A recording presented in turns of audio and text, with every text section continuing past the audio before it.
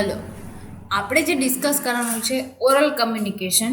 તો હવે આપણો જે નેક્સ્ટ ટોપિક છે essentials of the effective oral communication.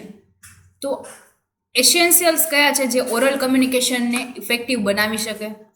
તો 9 એસેન્શિયલ્સ છે: clear pronunciation, brevity, precision, conviction, logical sequence, appropriate word choice, avoiding hackneyed phrases and cliches, natural voice, finding the right register. આ જે 9 points છે જેને આપણે detail discuss કરશું. First, clear pronunciation. તો આપણે જે ઓરલ કમ્યુનિકેશન કરીએ છીએ, ફેસ ટુ ફેસ જે કમ્યુનિકેશન કરીએ છીએ, એમાં જો પ્રોનાઉન્સિએશન છે, આપણે શું બોલીએ છીએ એ જ સામેવાળો સમજે, એના માટે પ્રોનાઉન્સિએશન છે ક્લિયર થવું છે. બરાબર છે? તો first important prerequisite of the effective oral communication is that word should be pronounced clearly and correctly. આપણે જે વર્ડ બોલવા ઈચ્છે છીએ, બરાબર છે, એનો પ્રોપર મિનિંગ હોવો જોઈએ, અથવા તો ક્લિયર, કરેક્ટ, સાચા હોવા જોઈએ. બરાબર છે? જેનાથી એની ઇફેક્ટિવનેસ આપણે અથવા આપણે જે સામેવાળાને સમજાવવા ઈચ્છીએ છીએ એ સમજે. એના માટે એની ફર્સ્ટ ઇમ્પોર્ટન્ટ રિક્વાયરમેન્ટ એ છે કે એ જે વર્ડ્સ છે એ ક્લિયર અને કરેક્ટ હોવા જોઈએ. Oral messages are often misunderstood because the speaker does not talk distinctly. Oral messages છે એને મિસઅન્ડરસ્ટુડ ક્યારે થઈ શકે? કે જ્યારે સ્પીકરે એ જે વર્ડ્સ છે એને પ્રોપરલી બોલેલા નથી અથવા તો પ્રોપરલી સમજાવેલા નથી, જેના કારણે મિસઅન્ડરસ્ટુડ થઈ શકે. Inability to use the jaws freely, to speak with the limber tongue and the limber lips and to speak slowly often makes for a poor oral transmission. તો પુઅર કમ્યુનિકેશન ક્યારે થશે? કે જ્યારે એનું ક્લિયર પ્રોનાઉન્સિએશન નહીં થાય, જ્યારે આપણે ફ્રીલી ન બોલી શકીએ. માનો કે કોઈના પ્રેશરમાં આવીને કાંઈ વસ્તુ બોલીએ છીએ, એવી રીતે કાંઈ છે, તો આ વસ્તુ આપણે કહેવા માંગીએ છીએ એ પ્રોપરલી નહીં કહી શકીએ. બરાબર છે? જેના લીધે કમ્યુનિકેશન છે એ પુઅર થશે. પ્રોપર ક્લિયર પ્રોનાઉન્સિએશન નથી, જેના કારણે છે એ પુઅર કમ્યુનિકેશન થશે. બ્રેવિટી મીન્સ ધ બ્રીફ, કે આપણે કોઈ વસ્તુ છે આપણે સમજાવીએ છીએ તો એને લોંગ એક્સપ્લેન કરવાની જરૂર નથી, પોઈન્ટ ટુ પોઈન્ટ વાત કરવાની. બરાબર છે? બ્રીફલી એક્સપ્લેન કરવાનું એમને. If a speaker keeps on talking for a long, his message will get lost in a sea of verbosity and distraction. આપણે કોઈ વ્યક્તિને લાંબુ સમજાવી રાખે અને એનો મેઇન પોઈન્ટ છે એનો બહુ ટૂંકો હોય અથવા તેનો મેસેજ બહુ ટૂંકો હોય. બરાબર છે? પહેલાં આપણે બહુ લોંગ એક્સપ્લેનેશન કરી લીધું છે. બરાબર છે? તો એની જે ઇમ્પોર્ટન્સ છે એ ક્રિએટ નહીં થાય, એની ઇમ્પોર્ટન્સ છે એ વહી જશે. ઓર આપણે જે મેઇન સમજાવવા માગીએ છીએ એ પોઈન્ટ છે એ સમજી નહીં શકે, અથવા તો એ બોર થશે, જેના લીધે એ પ્રોપર સમજી નહીં શકે. તો આ પ્રોબ્લેમ છે એ ક્રિએટ થશે. It is important to keep the message as a brief as possible without appearing abrupt and discourteous. એટલે કે આપણે જે સમજાવવા માંગીએ છીએ, બરાબર છે, જો એ બ્રીફલી નહીં હોય, આપણે એને લોંગ બધું સમજાવી રાખશું તો એ મેસેજ આપણે જો બ્રીફ કરીને રાખશું તો એ પ્રોપરલી સમજી શકશે. એનો આપણો પોઈન્ટ શું છે, આપણો મોટિવ શું છે એ વસ્તુ કહેવાનો અથવા ઇન્સ્ટ્રક્શન આપવાનો, એ પ્રોપરલી સમજી શકશે. એટલે ઓરલ કમ્યુનિકેશન કરીએ તો એ બ્રીફ હોવું જોઈએ. Precision can make oral communication very effective. બરાબર છે? તો ઇફેક્ટિવ વે આપણે એમને પ્રિસિઝનથી ઇફેક્ટિવ બનાવી શકીએ. કઈ રીતે? તો for example, instead of saying total these invoices as early as possible, it is preferable to specify the time and say, could you kindly total these invoices and bring them back to me in half an hour's time. આપણે એમ કોકને કહીએ, બરાબર છે, હું થોડી વારમાં આવું. થોડી વારનો કોઈ મિનિંગ ન હોય. બરાબર છે? એને પ્રોપરલી જો ટાઈમ આપી દઈએ તો એ ટાઈમ છે એ જે કમ્યુનિકેશનની છે એ પરફેક્ટ બનાવશે. હવે આપણે આમાં જે એક્ઝામ્પલ છે એમાં કીધું છે કે તમારે અમને ઇન્વોઇસ આપવાના છે એઝ અર્લી એઝ પોસિબલ, જલ્દીથી જલ્દી. કેટલું જલ્દી? તો બધાના પોઈન્ટ ઓફ વ્યૂથી જલ્દી અલગ હોય. તો એ આપણે એમને ડિફાઇન કરવાનું ટાઈમ, કે મારે આ ઇન્વોઇસ એઝ હાફ એન આવરમાં જોશે. બરાબર છે? એ આપણે એમને ડિફાઇન કરશું તો પ્રોપરલી કમ્યુનિકેટ થઈ શકશે. Conviction. Lack of conviction causes lack of confidence so that he is not able to impress the receiver with the message. આપણે જો કોન્ફિડન્સ નહીં હોય, કોન્ફિડન્સ વગર બોલશું, બરાબર છે, તો સામેવાળો છે એની એટલી ઇફેક્ટ ક્રિએટ નહીં થાય અને એને સાંભળવામાં પણ નહીં ગમે. બરાબર છે. તો એ જે કહેવા માંગે છે એ પ્રોપરલી નહીં કહી શકે, એનો કોન્ફિડન્સથી જે વસ્તુ કહેશે તો ખોટી વસ્તુ એ સાચી લાગે, બટ જો આપણે સાચી વસ્તુ કહી છીએ ને આપણામાં કોન્ફિડન્સ નથી, બરાબર છે, તો એ મેસેજ છે એની ઇફેક્ટ એ ક્રિએટ નહીં થાય.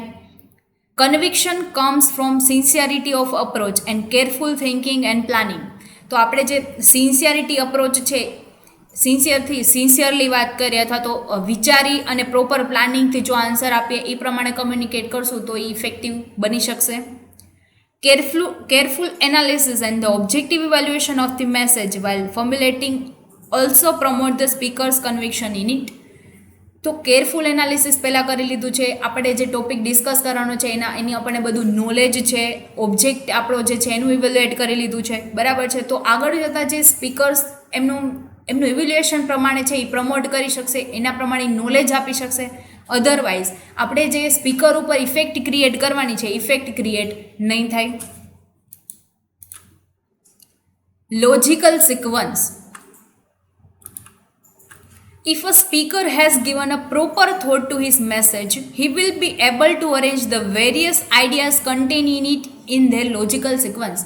હવે આપણે કોઈ ફોર્મ્યુલેટ કરેલું છે, બરાબર છે, તો એમાં ફોર્મ્યુલેટ આપણે કરતા હોય ત્યારે સિક્વન્સ વિચારીએ. હવે આપણે વસ્તી ગણતરી માટેનું ફોર્મ છે એ ફોર્મ્યુલેટ કરવાનું છે, તો આપણે વિચારીએ કે ફર્સ્ટ એમને શું પૂછવું, સેકન્ડ શું પૂછવું, થર્ડ શું પૂછવું. પહેલાં આપણે એમને નેમ પૂછી લીધું, એમની ઉંમર પૂછી લીધી, પછી આપણે સિક્વન્સ જે ગોઠવવાની છે તો પહેલાં આપણે એમને પૂછી લીધું તમારે કેટલા બાળકો છે. હવે પછી નીચે લખીએ કે તમારા મેરેજ થયા છે કે નહીં, બરાબર છે. તો એ સિક્વન્સ છે એ આડી અવળી થઈ જાય તો એની ઇફેક્ટ છે એ ક્રિએટ ન થાય. બટ આપણે પહેલાં એને મેરેજનું પૂછીએ, પછી એના ચિલ્ડ્રન્સનું છે એ ક્વેશ્ચન હોય તો એ પ્રોપરલી ફોર્મ્યુલેટ થયેલું છે એવું ગણાય. એટલે સિક્વન્સ છે એ લોજિકલ હોવી જોઈએ. તો એવી જ રીતે આપણે જે આઈડિયાઝ આપવાના છે એ આઈડિયાઝ છે એ પ્રોપર વેમાં અરેન્જ થયેલા હોવા જોઈએ. A jumbled ideas create confusions while logically arrange the ideas make the message forceful. કે જે આઈડિયા આપણે ક્રિએટ કરેલા છે જો એ આપણા મનમાં જો એના વિશે કન્ફ્યુઝન હશે તો આપણે બીજાને સમજાવતા હશું ત્યારે પણ કન્ફ્યુઝન ક્રિએટ થશે. બટ આપણે એના પ્રત્યે ક્લિયર છીએ તો આપણે બીજાને પણ ક્લિયરલી સમજાવી શકીએ. તો એ લોજિકલી અરેન્જ થયેલા હોવા જોઈએ. Next, appropriate word choice. In an oral communication, it is more important to use the terms familiar to the listener rather than the terms that are familiar to the speaker. આપણે એવા words use કરવાના છે, એવી terms use કરવાની છે કે જેને આપણે ડિલિવર કરવાનું છે, એટલે કે જે લિસનર્સ છે એ એનાથી ફેમિલિયર હોવા જોઈએ. સ્પીકર ફેમિલિયર હોવાથી કોઈ ઇફેક્ટ ક્રિએટ નહીં થાય, બટ જો લિસનર્સ છે એ જો એનાથી ફેમિલિયર હશે તો એ પ્રોપર વેમાં તમારો મેસેજ સમજી શકશે. હવે એ તમે જે લિસનર્સ છે એ બધા ગુજરાતી છે, તમે ઇંગ્લિશમાં વાત કરો છો અથવા તો તમે એવા વર્ડ્સ યુઝ કરો છો કે જે લિસનર્સને નહીં સમજાય, તો એનાથી જે મેસેજ તમે કહેવા માગો છો એ મેસેજ છે એ નહીં સમજી શકે અથવા તો તમે એ પ્રોપર વેમાં એમને કન્વે નહીં કરી શકો. તો એના માટે જે લેંગ્વેજ એ સમજે છે, જે વર્ડ્સ એ સમજે છે, એવી જ લેંગ્વેજ અને વર્ડ્સમાં તમે એવા વર્ડ્સ યુઝ કરશો જે લિસનર્સ ફેમિલિયર છે, તો સ્પીકર્સ છે એ પ્રોપર વેમાં એમને એ વસ્તુ છે એ સમજાવી શકશે. So it is important to be careful in the choice of the words. The speaker while speaking something knows what he means, so he presumes that his listener also does so, which may be a wrong presumption. જો words નહીં સમજાય તો એની wrong પ્રિઝમ્પશન્સ પણ આવી શકે, બરાબર છે. જો વર્ડ્સ પ્રોપરલી એના ફેમિલિયર વર્ડ્સ યુઝ કરશે તો એ ફેમિલિયર વર્ડ્સ છે જેનેથી યુઝ ટુ છે, જે સમજી શકે છે, તો એનાથી જે રોંગ ઝમ્પશન્સ છે એ ક્રિએટ નહીં થાય. અવોઇડિંગ હેકન્ડ ફ્રેસીસ એન્ડ ક્લીચીસ, કે તમે જે એની સામે જે ફ્રેસીસ અને ક્લીચીસ યુઝ કરો છો એનાથી એ ફેમિલિયર હોવા જોઈએ. તમે આવા વર્ડ્સ યુઝ કરો છો કે જેનાથી ફેમિલિયર નથી, બરાબર છે, તો એને નહીં સમજાય. Speaker often when they are grouping of words make use of ફ્રેસીસ. એટલે ફ્રેસીસ છે એટલે કે જે આપણે મહાવરા યુઝ કરતા હોય છે, બરાબર છે, તો એ પણ એમને સમજાવવા જોઈએ. લાઈક વોટ આઈ મીન એટલે મારો મતલબ શું હતો એ વસ્તુ એને સમજાવી જોઈએ. તો આવી રીતે તમે ફ્રેસીસ યુઝ કરો છો તો આ તમે ફ્રેસીસ જો પ્રોપર વેમાં યુઝ કરશો કે જ્યાં એ લોકો સમજી શકતા હોય ત્યાં યુઝ કરશો તો એ સમજી જશે. અધરવાઇઝ એનો કોઈ મિનિંગ છે એ ક્રિએટ નહીં થાય. Do you follow, isn't it, I see, communication it's, આ બધા જે શબ્દો છે જે આપણે યુઝ કરતા હોય છે, બરાબર છે, રેગ્યુલર લાઈફમાં, તો એ બધા છે એ એમને પ્રોપર વેમાં આપણે એમને કેસ હોય એ સમજી શકતા હશે તો એનો રિપ્લાય આવશે, એનો ફીડબેક આવશે, જેનાથી આપણો જે કોન્ફિડન્સ છે એ પણ એનું લેવલ પણ અપ થશે. Such words and phrases interrupt the flow of their speech and impede quick grasp of meaning. કે આપણે કોઈ કન્સેપ્ટ છે એ સમજાયો પછી આપણે એમને કહી ઇઝન્ટ ઇટ, બરાબર છે, અથવા તો એમ કહી તમને સમજાણો કે નહીં, એવી રીતે આપણે એમને પૂછીએ અને એનો આન્સર આવે, એના ઉપરથી આપણને ખ્યાલ આવ્યો કે નેક્સ્ટ કન્સેપ્ટ આપણે કઈ રીતે સમજાવવાનો છે, કયો વે યુઝ કરવાનો છે, બરાબર છે. તો આ પ્રમાણે એનો મિનિંગ છે પ્રોપર નીકળી શકે. They are used unconsciously, but the speaker should take deliberate pains to exclude them from their speech.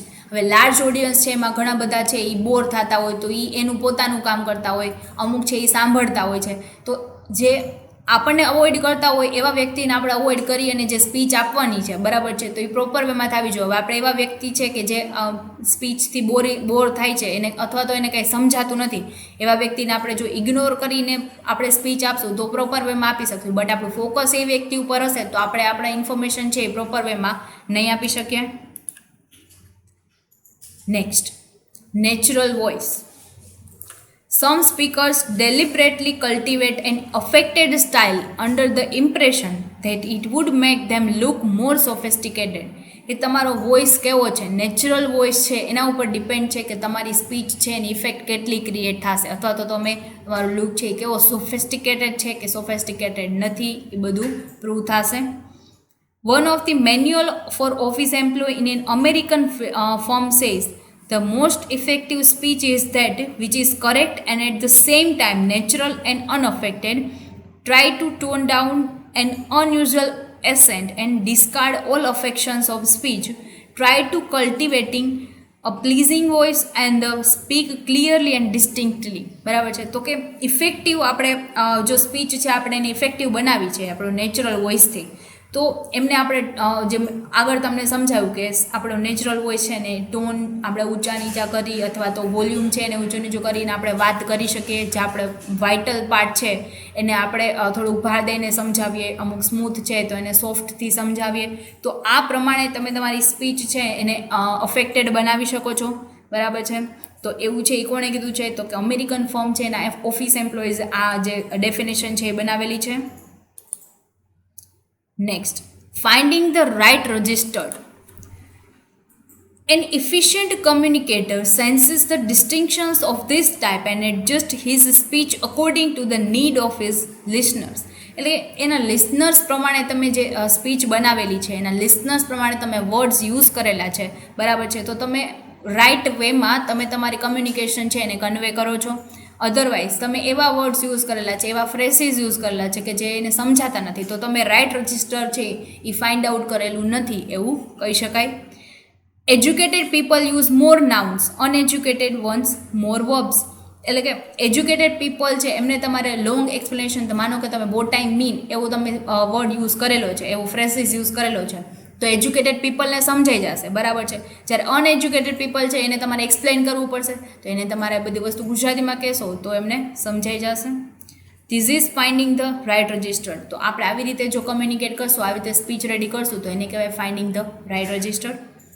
According to him, an efficient oral communicator tunes into the listener's wavelength by subtly and perhaps unconsciously adjusting his vocabulary, loudness, speed of delivery, accent. The good oral communicator is almost multilingual. એટલે કે જે good કમ્યુનિકેટર છે ક્યારે કહી શકાય, તો કેવી રીતે સ્પીચ તમારે દેવાની છે, એની સ્પીડ કેવી હોવી જોઈએ, એમાં તમારે કેવો વોકેબ્યુલરી યુઝ કરવાની છે, કેવું વોકેબ છે તમારું, તમારી લાઉડનેસ કેવી છે, તમારો સાઉન્ડ કેવો છે, બરાબર છે, તો સામેવાળા વ્યક્તિ બોર થાય છે કે નહીં એને તમે અન્ડરસ્ટેન્ડ કરી શકો, એના ફીડબેક, એના રિપ્લાય શું છે એના ઉપરથી તમે એને જજ કરી શકો. તો આ છે એમને ગુડ કમ્યુનિકેટરની સાયન્સ છે, જેનાથી તમે રાઇટ રજિસ્ટર છે એને ફાઇન્ડ કરી શકો. તો આ બધા હતા ઓરલ કમ્યુનિકેશનના એસેન્શિયલ્સ કે જે ઇફેક્ટિવ ઓરલ કમ્યુનિકેશન છે એ બનાવી શકે. હવે આપણે જે નેક્સ્ટ કન્સેપ્ટ ડિસ્કસ કરવાનો છે જે આપણે નેક્સ્ટ લેક્ચરમાં કરશું. Thank you.